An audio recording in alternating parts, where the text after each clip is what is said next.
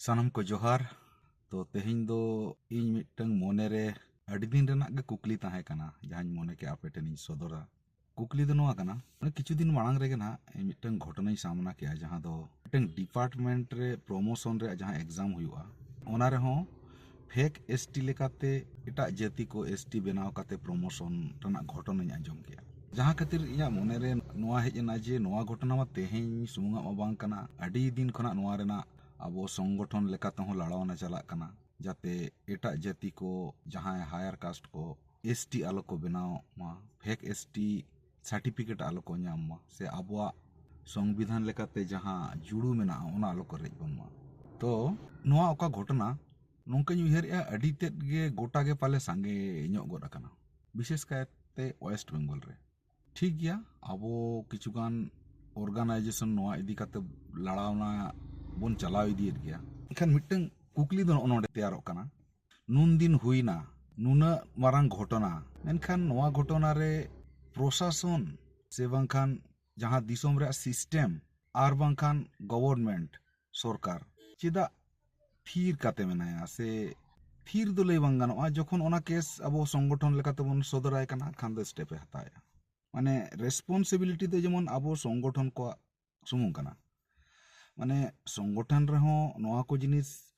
fight लगित तखन आयमा खरच खर्चा मेना कोर्ट रे लड़ाई मेना आयमा रकम जिनिस मेना नोआ दो आबो लेकान होड़ाते दो उन मारंग कमी चलाव इदिमा कुठिन गया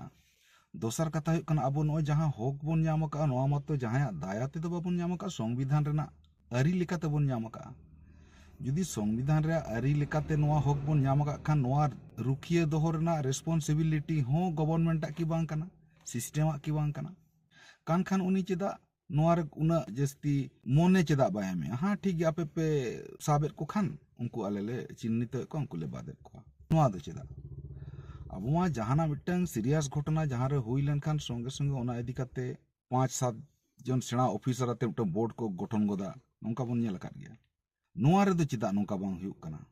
और नोंका तो लई बांग गानोआ जे आबोरिन होड़ प्रशासन रे ओना लेवल रे बनु कोआ से राज अरी रे ओना लेवल रे बनु कोआ सफिशिएंट मेना कोआ जे ओना खबर ओंडे धबिज बांग चलाव दाड़े लेकाना अबवा माध्यम बांग तेर खन ओंका तो बांग कना नोआ गिया सिंपल क्वेश्चन जे नुन मारंग इशू कान रहो संविधानिक लेकाते अबवा हक रुखिया लगित आबो गे चेदा फाइट हुई कान ताबोना सिस्टम चेदा बाय कमिया से गवर्नमेंट चेदा नोआ रे स्टेप ओना लेवल रे बाय हताया इन दो बोकाई लेका क्वेश्चनिंग कुली के ताबोना कारण उना टेक्निकल व्यापार बांग हुई बुझो दाड़ा दिनवारा तेला को कमेंट तलाते पे एम ताबोन खान भागिया से सरीगे जुदी नोआ कान खान गवर्नमेंट ठेन आबो ओना बोन अपीला